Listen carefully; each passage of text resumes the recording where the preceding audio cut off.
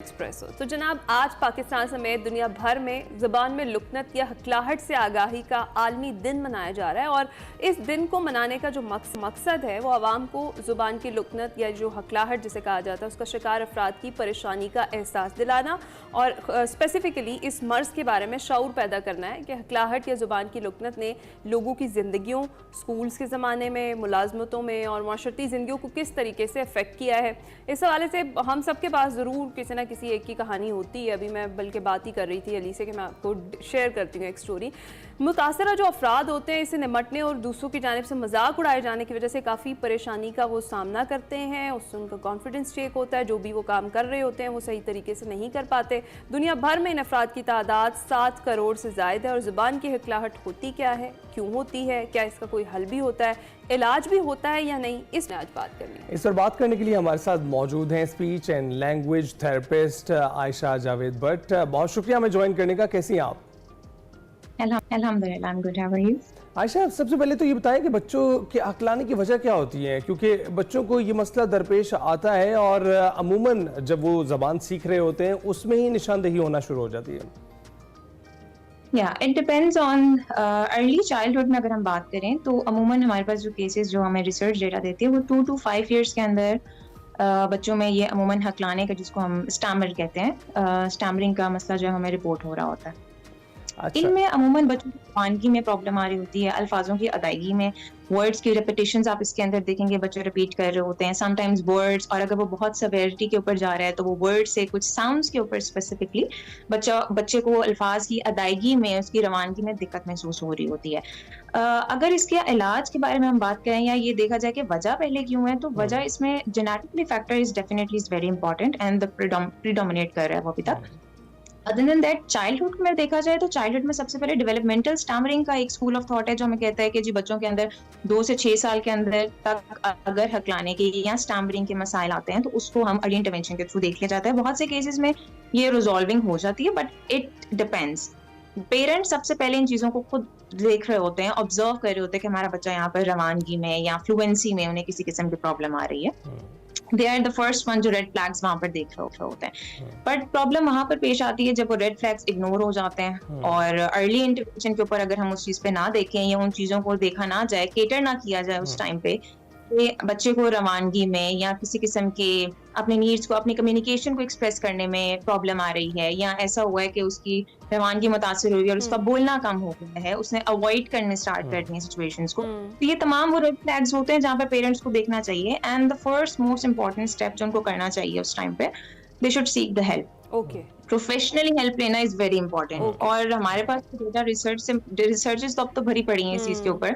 आप अपने देखें तो इसमें जितना फोकस कर सकते हैं हम अर्ली इंटरवेंशन पे करते हैं। वही बच्चे अगर उस टाइम पे ना मुतासिर उनको बर वक्त तशखीस ना की जाए या उनका इलाज ना किया जाए उस वक्त पे, they definitely they need to go to the school and then their professional and वो so on, वो चीज जो है ना वो आगे एक बहुत प्रॉब्लम। अच्छा आयशा, एक और चीज जिस तरह से भी आपने बात की कि एक जेनेटिक फैक्टर भी है, तो बेसिकली ये जो स्टैमरिंग है या हकलाहट है, लुकनत है जो ज़ुबान की, ये जेनेटिक डिजीज़ है या फिर बहुत सारे बच्चे एक दूसरे को देखकर भी पिक करते हैं और एक दूसरे को कॉपी करना शुरू कर देते हैं और ऐसे भी बहुत सारे बच्चे इफेक्ट होते हैं, क्या ये भी एक फैक्टर है? या this is a factor again. Genetically is one factor, ठीक है, इसमें भी आपको रेशो मिल जाएगा अगर आप देखें। एक चीज ये जो घर में किसी को या स्कूल सेटिंग में या प्ले सेटिंग में बच्चे ने किसी को देखते हुए अडेप्ट किया, दैट इज अ हैबिचुअल, वो बिहेवियर अडेप्ट हो रहा है वहां पर। अडेप्ट होते होते बच्चे को बिहेवियर लर्न कर देते हैं कि हमने बात करने का अंदाज कैसे रखना है अपना।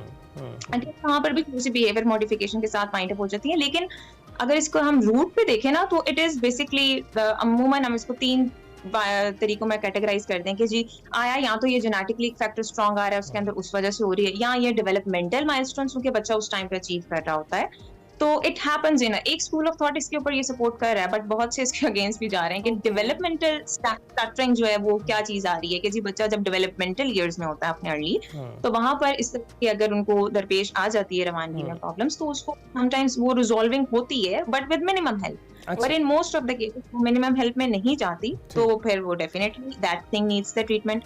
Another important factor sometimes neurogenic stammering, उसमें हम ये कह सकते हैं कि जी एक्वायर्ड या किसी किस्म की आपकी ब्रेन ट्रॉमेटिक ब्रेन इंजरी हुई यानी कि एक वो अफराद जो अब स्टैमर कर रहे हैं वो किसी किस्म की दिमागी चोट से पहले नहीं कर रहे थे, या किसी स्ट्रोक से पहले उनको अच्छा, ऐसा कोई बिल्कुल मैं यही पूछने वाला था आपसे कि 2 से 5 साल आपने कहा अमूमन बच्चों में ये होती है कि इस हवाले से कभी लेटर स्टेज पर भी आपको दिखाई देता है कि कुछ लोग स्टैमरिंग अपनी लेटर एज में डेवलप कर लेते हैं? एक तो आपने बताया कि वो ये फिजिकल ट्रॉमा से गुजरते हैं, पर कुछ मेंटल ट्रॉमा की वजह से भी स्टैमरिंग करने लगते हैं? देखिए, मेंटल ट्रॉमा पे डेफिनेटली इसमें फैक्टर्स जरूर होते हैं, और ये जरूरी नहीं है कि ये बच्चों के स्पेसिफिकली अर्ली ईयर्स के अंदर ही जो है वो स्टैमरिंग स्टार्ट हो, उसके बाद नहीं हो रही।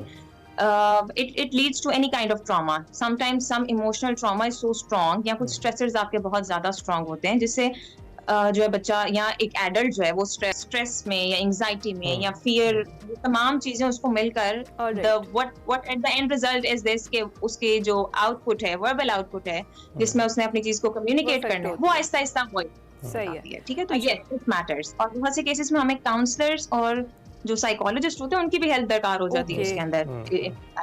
अच्छा, तो Ayesha, what's the best practice ये स्टैमरिंग को अवॉइड करने के लिए जो बच्चे कर रहे हैं, या कोई ऐसी थेरेपीज या कोई कोर्स या ट्रेनिंग्स जिससे बच्चे जो हैं वो बेहतर तरीके से बोलना शुरू कर दें और हकलाहट जो है उससे बाहर निकल आए वो? देखिए, इसमें पेरेंट्स का बहुत बड़ा रोल है। अगर हम बच्चों से स्टार्ट करें ना, स्टार्टिंग फ्रॉम किड्स की अगर हम बात करते हैं, तो वहाँ पर अब एक 3 साल का बच्चा अगर स्टैमर कर रहा है या हकला रहा है, या हम आम अल्फाज में कह रहे हैं जिल्लुकनत आ रही है, तो उसको खुद भी नहीं पता होगा उस टाइम पे कि हकलाना क्या है, what is this thing.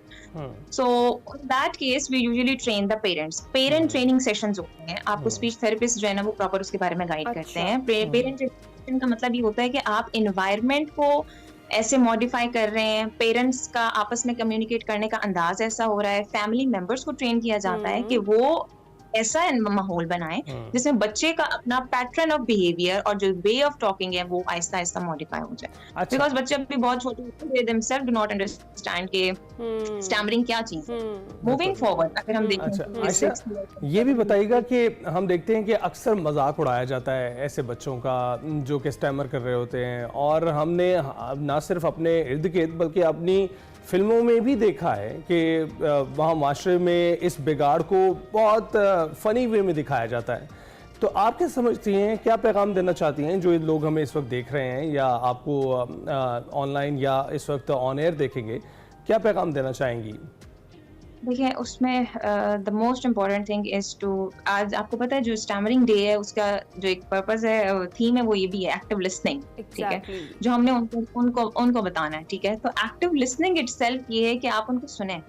The worst, मैं इस प्रोग्राम के थ्रू बस यही बताना चाहूंगी उनको कि देखें, they are already struggling in their school years, और अगर वहां पर भी उसको बर वक्त अगर इलाज ना किया जाए या उस चीज को ना हम इंटरवेंशन की तरफ लेकर आए, तो वो प्रॉब्लम कॉज करती है। वो उनको ऑलरेडी एम्प्लॉयमेंट में प्रॉब्लम कर रही होती है। इसमें पेरेंट्स को जो एक कहने वाली बात है, और जो आई होप सो कि वो इस चीज के ऊपर अमल करना स्टार्ट करें कि अर्ली इंटरवेंशन की तरफ मूव हो। देखिए, जितनी जल्दी जिस चीज का इलाज मुमकिन है उसको हम क्यों उस चीज के ऊपर उनको आगे, बच्चों को जो आगे एडल्ट्स की तरफ जा रहे हैं, बड़े होकर उनको और ज्यादा problems, and it then goes to the depression, और वो बहुत से मसाइल को और जो है ना वो हाईलाइट करेंगे और उनको भी टच करते हुए जाएंगे। Better to start the early intervention and start the support groups. Support groups are very important, ताकि उन लोगों को ये महसूस हो जो स्टटर कर रहे हैं, they are not alone. There are all other, बहुत से भी हैं जिन्होंने रिकवर कर ली है, और जो रिकवर कर रहे हैं वो अपनी स्टोरीज शेयर करें एक दूसरे के साथ, ताकि वो सेल्फ एस्टीम